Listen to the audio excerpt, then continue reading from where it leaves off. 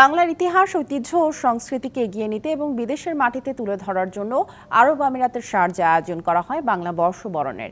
International cultural association of Bangladesh বা আইক্যাবের আয়োজনে সম্পন্ন হয় বৈশাখী মেলা ও জাঁকজমকপূর্ণ সাংস্কৃতিক অনুষ্ঠান। বিদেশের মাটিতে বাংলা সংস্কৃতি ও ঐতিহ্য সম্পর্কে নতুন প্রজন্মকে অনুপ্রাণিত করতেই এই আয়োজন। International cultural association of Bangladesh বা আইক্যাবের বাংলা বর্ষবরণের বর্ণাঢ্য এই আয়োজন ছিল আরব আমিরাতের শারজায়।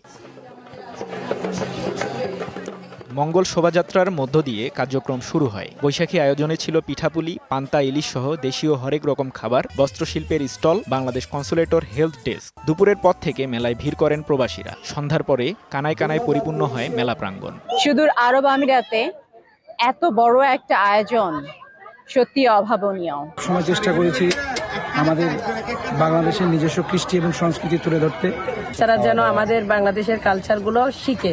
দিনব্যাপী এই আয়োজনে রাখা হয় ভিন্ন ভিন্ন পর্ব। আনুষ্ঠানিক উদ্বোধন করেন দুবাইয়ে বাংলাদেশের কনসাল জেনারেল। সভাপতিত্ব করেন সংগঠনের সভাপতি আহমেদ আলী জাহাঙ্গীর। মানুষের স্বতঃস্ফূর্ত অংশগ্রহণের মধ্য দিয়ে সেই বর্ষবরণ অনুষ্ঠানগুলো এরকম প্রাণবন্ত হয়ে উঠছে। ওয়ালটন ফ্রিজ কিনে অনেকের মতো আপনিও হয়ে যেতে পারেন মিলেনিয়াল সেরা পণ্যের সেরা অফার। এটি আমাদের জন্য অত্যন্ত একটি সুখের বিষয়। আমাদের প্রজন্মকে বাঙালি সংস্কৃতির সাথে পরিচয় করে দেওয়া না, শুধু তাদেরকে এটার অংশ হিসেবে এই প্রবাসের মাটিতে গড়ে তোলা। সুদূর আরব আমিরাতে পহেলা বৈশাখের এত বড় আয়োজনে প্রশংসা করেন অংশগ্রহণকারীরা। প্রতি বছরের মতো এবারও আপনাদের সবার জন্য, সবার ভালোবাসা এবং উৎসাহে আমরা নববর্ষের আয়োজন করেছি। রঙে রঙে বৈশাখের প্রোগ্রামে আজকে আমরা সবাই সমবেত হয়েছি। অনেক সুন্দর একটি প্রোগ্রাম। যারা বাংলাদেশি বাচ্চারা আছে তাদেরকে আমাদের কৃষ্টি, কালচার এবং সংস্কৃতিতে উপলব্ধ করার জন্য।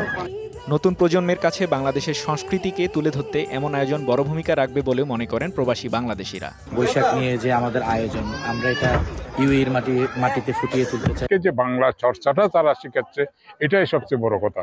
সাংস্কৃতিক অনুষ্ঠানে আবৃত্তি, গান, বাংলা সিনেমার গানের সাথে নৃত্য ও শিশু কিশোরদের পরিবেশনা ছিল চোখে পড়ার মতো।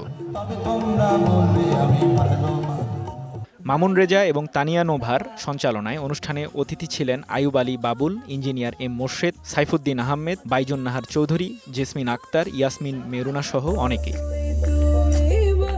প্রবাসী অসংখ্য বাংলাদেশি এবং তাদের নতুন প্রজন্ম গোটা অনুষ্ঠান দারুণ উপভোগ করেন। DBC news desk.